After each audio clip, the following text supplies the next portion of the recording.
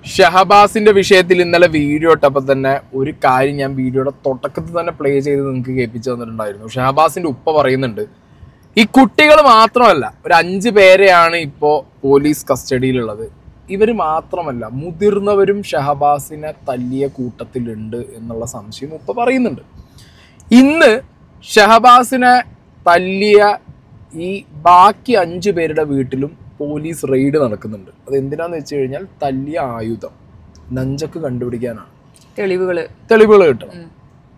ഞാൻ പറയുമ്പോൾ അത് മാത്രമല്ല, എനിക്ക് തോന്നുന്നു അവിടെ ഈ ഒരു അന്വേഷണം വീട്ടിലേക്ക് പോകാൻ കാരണം മേ ബി പോലീസ് റൈറ്റ് ട്രാക്കിലാണ് തോന്നുന്നു.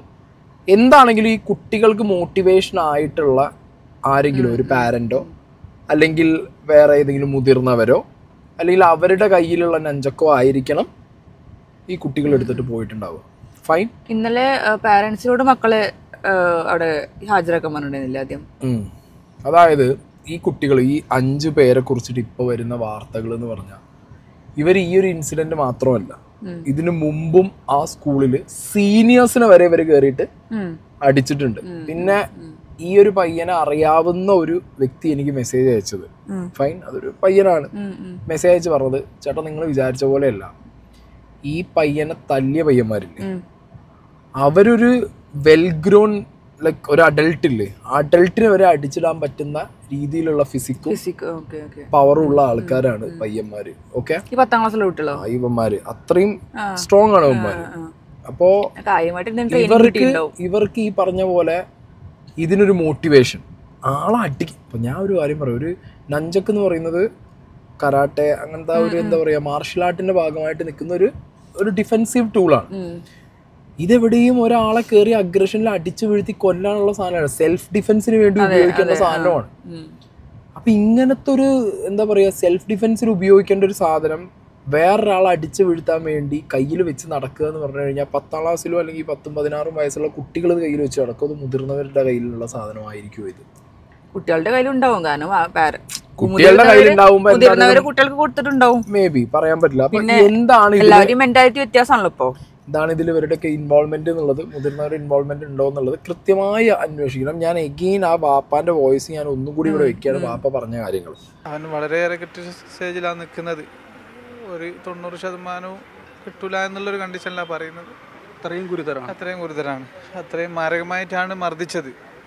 എന്നാൽ ഇങ്ങനെ സംഭവിച്ചതൊന്നും വിളിച്ച് പറയുക പോലും അവർ ചെയ്തിട്ടില്ല. രാത്രി ഞാൻ അന്വേഷിച്ചു, എൻ്റെ ജോലി കഴിഞ്ഞ ശേഷമാണ് ഞാൻ അവിടെ പോയി അന്വേഷിക്കുന്നത്. സ്റ്റേഷനിൽ പോയി എന്നതിന് ശേഷം ആരും ഒന്നും അന്വേഷിക്കാനോ ഒന്നും വന്നിട്ടില്ല. അവരെ പേരൻസ് വലിയ വലിയ ആളുകൾ കൂടിയിട്ടാണ് മർദ്ദിച്ചത്. അവനെ വകവരുത്തുക. 10ാം ക്ലാസ് വിദ്യാർത്ഥികളല്ലാതെ വേറെ ആളുകൾ മർദ്ദിച്ചു, പുറത്തുള്ള ആളുകൾ മർദ്ദിച്ചതാണ്. അല്ലാണ്ട് ഓല കൈ കൊണ്ടടിച്ചു കഴിഞ്ഞാൽ ഇങ്ങനെ ആവില്ല. ഡോക്ടർമാർ പറഞ്ഞ സമയത്തും അതാണ് നമ്മൾക്ക് അറിയാൻ കഴിഞ്ഞത്. അതുകൊണ്ട് നമുക്ക് നീതി കിട്ടണം. വേറൊരാൾക്കും ഈ ഒരു അവസ്ഥ വരാൻ പാടില്ല. അവൻ്റെ സ്നേഹിതൻ വിളിച്ചിട്ട് പോയതാ, അവൻ്റെ സുഹൃത്ത് വിളിച്ച് താമരശ്ശേരി പോയി. അങ്ങനെ അടിയോ വഴക്കുണ്ടാക്കുന്നൊരു കുട്ടിയല്ല. അപ്പോൾ അവൻ്റെ സുഹൃത്തിൻ്റെ കൂടെ പോയി അവർ കിട്ടിയ ആളുകളൊക്കെ അവർ മർദ്ദിച്ചു. അതിൽ കുറേ ആൾക്കാർ ഓടി കഴിച്ചില്ലായി. അതിൽ ഇവൻ അവിടെ നോക്കി നിന്നു. ഇവൻ അതിലറിയുന്നില്ല. ഇതിൻ്റെ മുന്നേ കൊരങ്ങാട് ഹൈസ്കൂളിൽ നിന്ന് വെച്ച് അടി നിന്ന് അതിൻ്റെ ഒരു പകവീട്ടലാണ് ഇന്നലെ അവിടെ നടന്നത്. മകൻ മരിക്കുന്നതിന് മുമ്പ് തന്നെ ഉപ്പ പറയുന്നുണ്ട്, മകനെ തല്ലിയത് കുട്ടികൾ മാത്രമല്ല. ആൻഡ് ഈ തല്ലിയ കുട്ടികളുടെ ഒരു ഹിസ്റ്ററി ഇന്ന് പുറത്തു വരുന്നുണ്ട്. ഇവർ ഓൾറെഡി 8ാം ക്ലാസ്സിലോ 9ാം ക്ലാസ്സിലോ പഠിക്കുന്ന സമയത്ത്, 9ാം ക്ലാസ്സാണ് തോന്നുന്നു, പഠിക്കുന്ന സമയത്ത് സീനിയേഴ്സിനെ കയറി അടിച്ച് അവർ ഭയങ്കര ഗുരുതരാവസ്ഥയിലായിട്ടുണ്ട്. അന്ന് ഇതിന്റെ പേരിൽ ഒരു കേസോ കാര്യങ്ങളോ വിഷയങ്ങളോ ഒന്നും ഉണ്ടായിട്ടില്ല. ആൻഡ് ഈ തല്ലിയ കൂട്ടത്തിൽ, ഇപ്പൊ ഇതില് ഷഹബാസ് എന്ന് പറഞ്ഞിട്ടുള്ള ഈ പയ്യനെ തല്ലിയ കൂട്ടത്തിലുള്ള ഒരാളുടെ അച്ഛനോ അല്ലെങ്കിൽ മാമനോ, അച്ഛനാണെന്നാണ് എനിക്ക് കിട്ടിയ വിവരം, പോലീസാണെന്ന് പറയുന്നുണ്ട്. ഒരാളുടെ പാരന്റ് ടീച്ചറാന്ന് പറയുന്നുണ്ട്. രാഷ്ട്രീയ പ്രവർത്തകനുണ്ട് എന്ന് പറയുന്നുണ്ട്. മൊത്തത്തിൽ നോക്കുന്ന സമയത്ത് ഷഹബാസിന്റെ ഉപ്പ നീതിക്ക് വേണ്ടിയിട്ട് അലയേണ്ട അവസ്ഥ തന്നെയാണ്. ഇപ്പൊ തന്നെ നിങ്ങൾ നോക്ക്, ഈ 5 വിദ്യാർത്ഥികളെയും നാളെ SSLC പരീക്ഷ എഴുതിക്കും എന്നാണ് പറയുന്നത്. അവരെഴുതുന്നാ പറയുന്നത്. അവിടെ മരിച്ചു കിടക്കുന്ന ഒരു പയ്യനുണ്ട്, അവനും ഇതേ പരീക്ഷയ്ക്ക് പ്രിപ്പയർ ചെയ്ത ഒരാളാണ് ഈ ഷഹബാസ്. ഈ ഷഹബാസിന് ഇന്ന് ജീവനില്ല. അതിന് കാരണക്കാരായ 5 ആളുകൾക്ക് നാളെ ഇനിയിപ്പോൾ ഈ പറഞ്ഞ പോലെ അവർക്ക് പരീക്ഷ എഴുതാനും പരിപാടിക്കും സെറ്റപ്പിനും എന്ത് നിയമമാണ് ഇവിടെ അല്ലേ? അത് പോലീസ് സുരക്ഷയിൽ വിധിപ്പിക്കും. ഇപ്പൊ ആ ചെക്കന്മാര് വോയിസിൽ, ഇപ്പൊ ഈ ചെക്കന്മാര് വോയിസിൽ പറഞ്ഞ കാര്യം സത്യമായില്ലേ? എന്ത് കേസ് വരാൻ? കൂട്ടത്തോടു കൂടിയാണ് അടിച്ചത്. ഞങ്ങളടുത്തേക്കാണ് വന്നത്. ഇപ്പൊ എന്തായി? ഇപ്പൊ ഇത് ആ ചെക്കന്മാരുടെ ആ ഒരു വോയിസിലുണ്ടായിരുന്ന ധൈര്യം ഉണ്ടല്ലോ, അതിനെ കറക്റ്റ് എന്തായി ഒരുമാതിരി സപ്പോർട്ട് ചെയ്യുന്ന പോലെ ഈ ഒരു സംഗതി പുറത്ത് കേൾക്കുന്നത്. ഇതാണ് അവരുടെ ധൈര്യം, ഇത് മാത്രമാണ് അവരുടെ ധൈര്യം. പിന്നെ പാരന്റ്സ് കുറച്ച് സ്ട്രോങ് ആയിട്ട് ഇവരൊപ്പം നിൽക്കുകയാണ്. നിങ്ങൾ ആരെ വേണം ചോദിക്കുക, ബാക്കി നമ്മൾ നോക്കാം. അങ്ങനെയുള്ള പാരന്റ്സ് കൂടി ഉള്ള ആളുകളാണെന്നുണ്ടെങ്കിൽ സൊസൈറ്റിക്ക് ഇങ്ങനത്തെ പയ്യന്മാര് വളർന്നു വന്ന വെല്ലുവിളി തന്നെയാണ് അല്ലേ. 100% ഇങ്ങനത്തെ ഇത് സപ്പോർട്ട് ചെയ്യാൻ പാടില്ല. ഇന്നിപ്പോ ഇത് ചെയ്തു, നാളെ വേറെ ഒന്നും ചെയ്താലോ അതിന്റെ പാരന്റ്സ് ഉണ്ട്, പ്രത്യേകിച്ച് ഒന്നും നടക്കാൻ പോകില്ല എന്ന ചിന്ത. അതുകൊണ്ടാണല്ലോ കഴിഞ്ഞ 8-9 നടന്ന സമയത്ത് സീനിയേഴ്സ് തല്ലിയ കേസ് ഒന്നും ഉണ്ടാവാതെ നടന്നത് ഇപ്പൊ അടുത്തതുണ്ടായത്. ഞാൻ ഇവിടെ പ്ലേ ചെയ്യാം. ഒരു 2-3 വർഷമായിട്ട് തുടർച്ചയായിട്ട് പലതരത്തിലുള്ള അക്രമങ്ങൾ വിദ്യാർത്ഥികൾക്കിടയിൽ നടക്കുന്നുണ്ട്. അത് പിന്നെ ഇത് തുടർച്ചയായിട്ട് നടന്നുകൊണ്ടിരിക്കുകയാണ്. ഇപ്പോൾ ഇവിടെ ഇന്നലെ അറസ്റ്റ് ചെയ്യപ്പെട്ട പ്രതികൾ, ഈ പ്രതികൾ മുമ്പ് അവർ 8ാം ക്ലാസ്സിലായിരിക്കുമ്പോൾ അക്രമം നടന്നിട്ടുണ്ട്. അന്ന് അത് പലതരത്തിലുള്ള ഒത്തുതീർപ്പുകളാക്കിയിട്ട് ഈ കുട്ടികളെ വിട്ടത് കൊണ്ടാണ് അവർക്ക് വീണ്ടും ഇതുപോലുള്ള വലിയൊരു ക്രൈം ചെയ്യാൻ വേണ്ടിയിട്ടുള്ള പ്രചോദനമാകുന്നത്.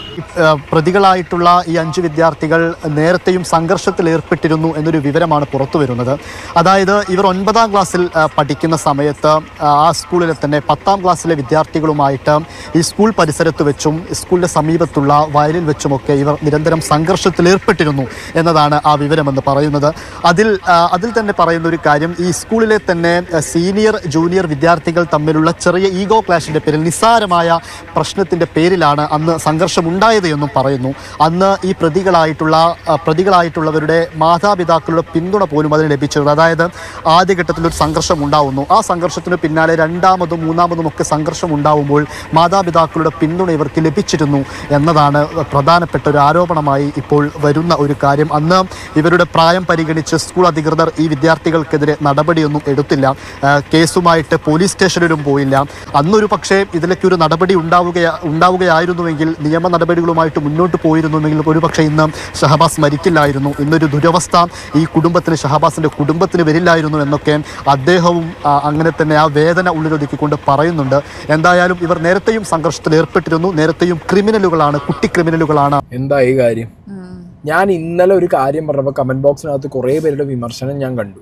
എന്തിനാണ് ആ സ്വകാര്യ ട്യൂഷൻ സ്ഥാപനത്തിനെ പറയുന്നത്? അവരാണോ ചെയ്യണ്ടേ?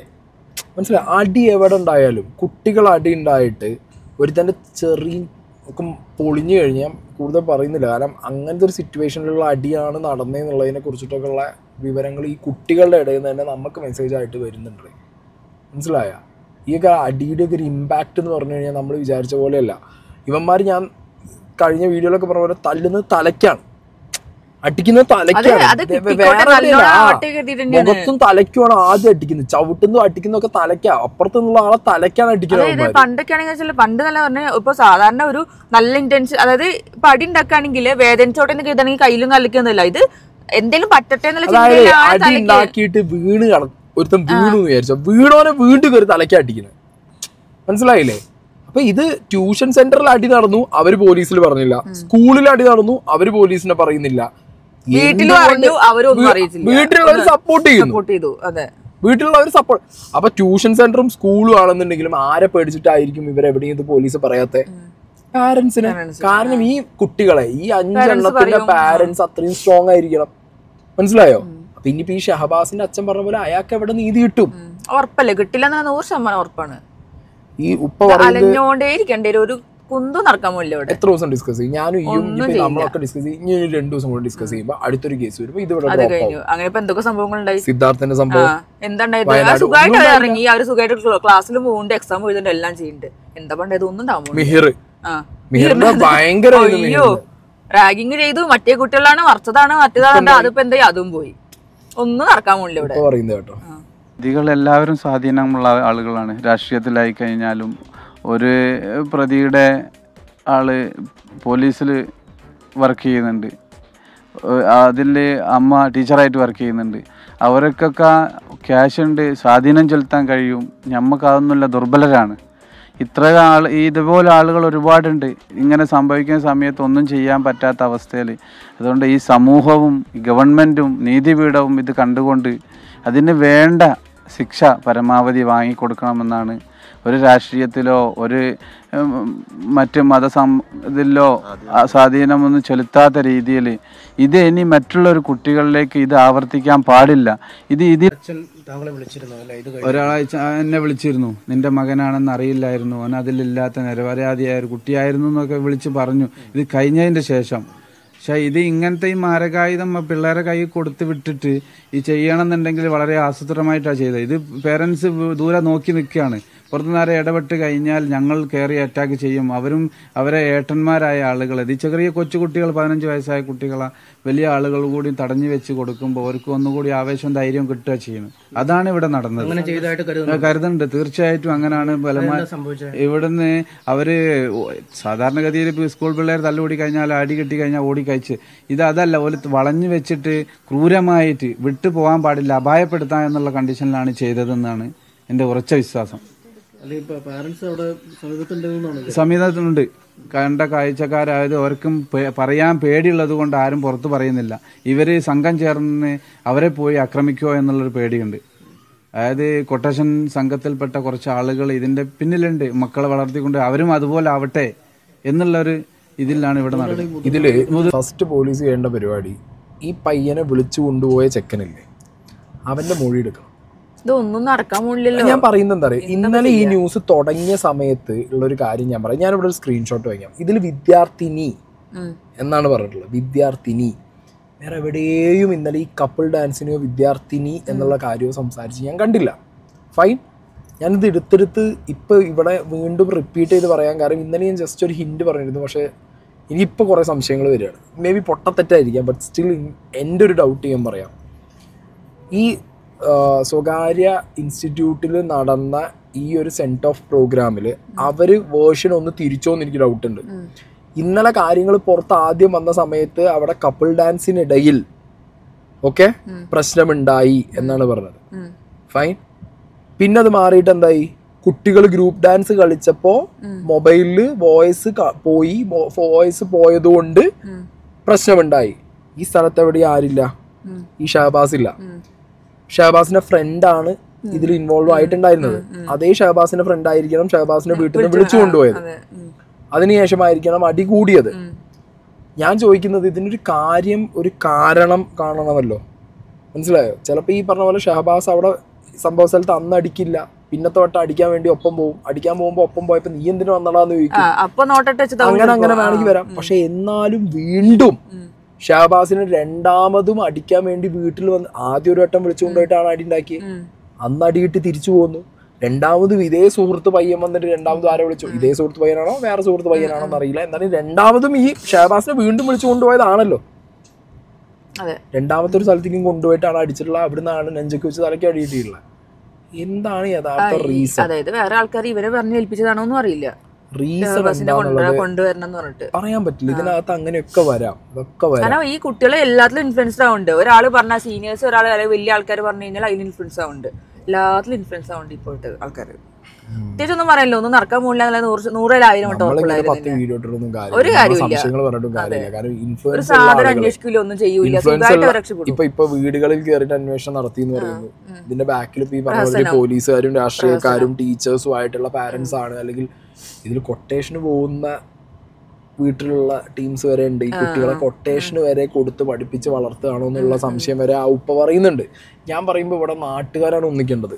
അവരെ നാട്ടിലെ പ്രശ്നം, അവരെ നാട്ടിലെ സ്കൂളിലെ വിഷയമാണിത്. നാളെ ഇതേ നാട്ടിൽ ഇനിയും പിഞ്ച് പൈതങ്ങൾ വളർന്നു വരാനുണ്ട്. ഇതേപോലുള്ള ആളുകൾ അവരുടെ മക്കളെ പഠിപ്പിച്ച് ഈ ഗുണ്ടായിസ് അഴിച്ചു വിട്ട് കഴിഞ്ഞാൽ നാടിൻ്റെ അവസ്ഥ എന്താ? ബാക്കിയുള്ളവർ ഇത് കണ്ടിട്ടല്ലേ പഠിക്കാൻ പോണത്. എന്തായാലും ഇതിപ്പോ എന്തെങ്കിലും ചെയ്ത് കഴിഞ്ഞാൽ പറഞ്ഞില്ല, അപ്പുറത്ത് കണ്ടില്ലേ അവരും ചെയ്തിട്ട് എന്തായി, കേസൊന്നും ഉണ്ടായില്ലല്ലോ, അവർ രക്ഷപ്പെട്ടു. അതേപോലെ തന്നെ ഉമ്മ ഞാനും രക്ഷപ്പെടുന്ന രീതിയിൽ തന്നെയോ എല്ലാവരും സംസാരിക്കുക. ഒന്നും നടക്കാൻ പോകുന്നില്ല. ഡെഫിനറ്റ്ലി ഇത് കൃത്യമായി അന്വേഷിക്കണം. ഇതിന്റെ ബാക്കിലുള്ള റീസൺ കണ്ടുപിടിക്കണം. ഇതിന്റെ ബാക്കിൽ ഈ 5 പേർക്ക് ആരാണോ ഇത്രയും സപ്പോർട്ട് കൊടുത്തത്, പയ്യനെ അടിച്ച കൂട്ടത്തിൽ മുതിർന്നവരുണ്ടോ എന്നുള്ളതൊക്കെ കൃത്യമായി ചെക്ക് ചെയ്തിട്ട് പൊതുസമൂഹത്തിന് അറിയിക്കുക എന്നുള്ളത് പോലീസിന്റെ റെസ്പോൺസിബിലിറ്റിയാണ്.